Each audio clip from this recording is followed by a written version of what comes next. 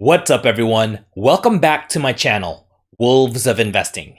My name is Donnie Nguyen, founder of Wolves of Investing.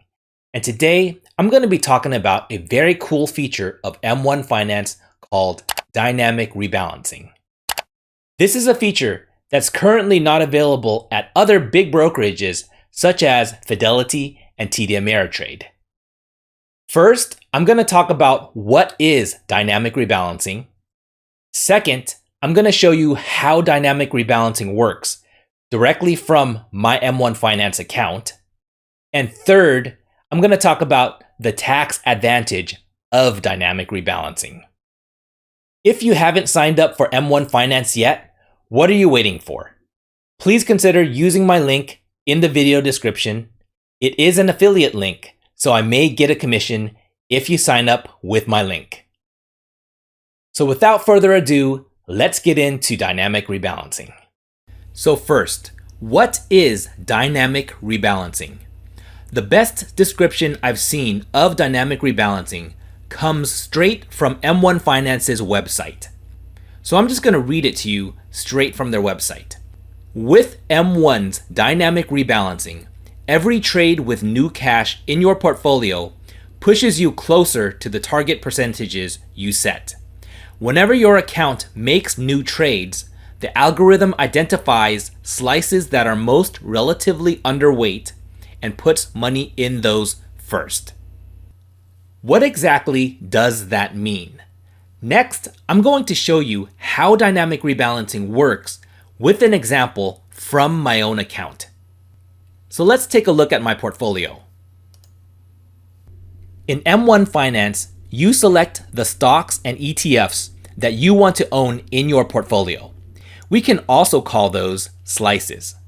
For each of those slices, you select a target percentage that you want to own. As you can see from my portfolio, I have 11 stocks.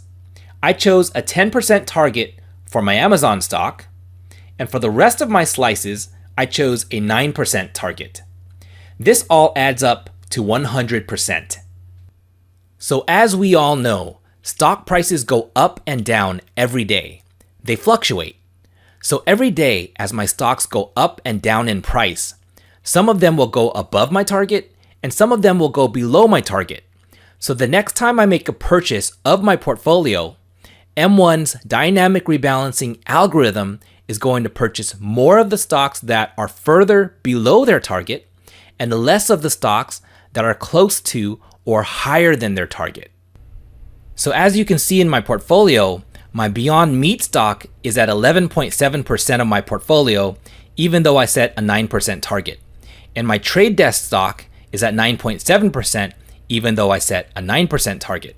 So the next time I make a purchase of my portfolio, M1 is going to purchase less of those stocks.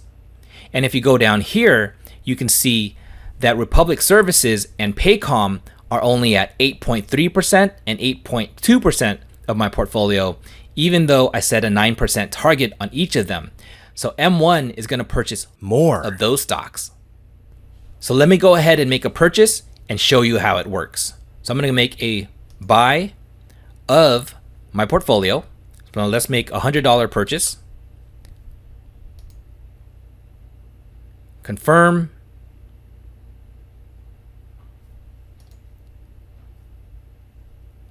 And when I view the details of my upcoming trades here, you can see that M1 is going to make 10 purchases.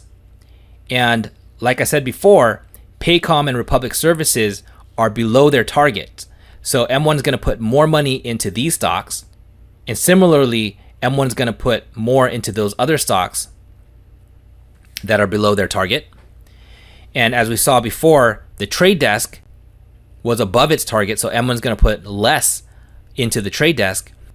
And M1 is not even going to purchase any Beyond Meat because Beyond Meat was well above my target of 9%. So that's all there is to it. That's how dynamic rebalancing works. The third and final thing I wanted to talk about was the tax advantage of dynamic rebalancing. As we all know, in a taxable account, when we sell stocks, that typically triggers a taxable event. And when you do a manual rebalance, you have to sell some stocks to buy some other stocks. So that would generally trigger a taxable event. But with dynamic rebalancing, you're never selling any stock. M1 Finance is using its algorithm to buy more or buy less of certain stocks. Because it's never selling any stocks, it's not triggering a taxable event. And that's one of the primary advantages of dynamic rebalancing. So that's all for today. I hope you enjoyed this video and I hope you learned something. If you did, drop me a line in the comment box. Are you currently using M1 Finance? And if so, how do you like it? And if you haven't yet, be sure to subscribe to the channel and click the like button. Thanks for watching, and I'll see you next time.